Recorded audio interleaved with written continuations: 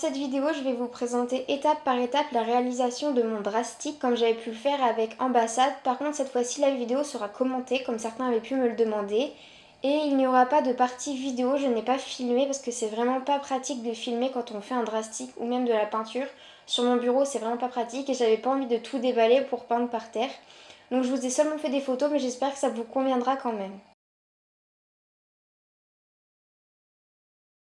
Pour ce drastique, j'ai utilisé le moule de la jument arabe Safari Ltd. Et dans un premier temps, j'ai coupé, poncé et j'ai mis du fil de fer pour faire tenir les tout et voir ce que ça allait donner au final.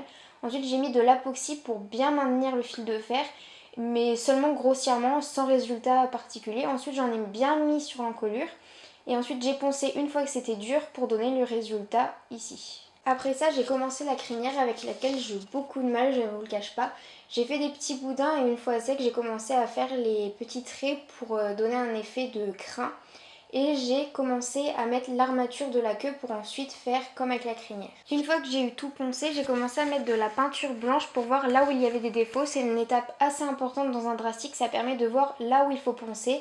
Et donc comme vous pouvez le voir, j'ai eu besoin de reponcer après pour essayer d'enlever tous les petits défauts qu'il pouvait y avoir et que je n'ai pas vus. Après ça, j'ai fait la queue qui était bien plus simple à faire que la crinière. J'ai d'abord commencé par faire la forme de la queue et ensuite j'ai rajouté des petits boudins pour faire les crins qui s'envolent. Et ensuite j'ai fini par faire le toupet et là pareil j'ai fait la même méthode que la queue et la crinière comme vous pouvez le voir.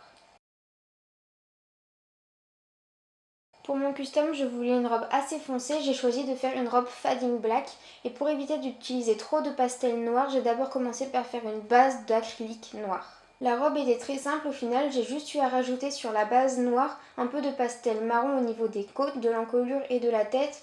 Et pour bien mélanger le tout, j'ai mis un peu de pastel noir sur les autres parties.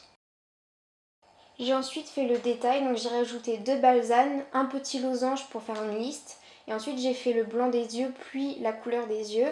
J'ai fait les sabots, je lui ai rajouté des fers, j'ai peint les crins. Et voilà, j'ai obtenu ce résultat qui me plaît plutôt beaucoup. Je suis assez contente d'avoir réalisé ce drastique puisque c'est un cheval arabe et que j'aime beaucoup ses chevaux. Et cette position caractérise vraiment bien la race et du coup c'est vrai que ça faisait très longtemps que je voulais en faire un. Donc j'espère que le résultat vous plaît aussi et que le fait d'avoir commenté la vidéo vous intéresse plus. Si ça vous intéresse plus, dites-le moi par commentaire et peut-être que j'en ferai d'autres étant donné que j'ai prévu d'autres drastiques à l'avenir.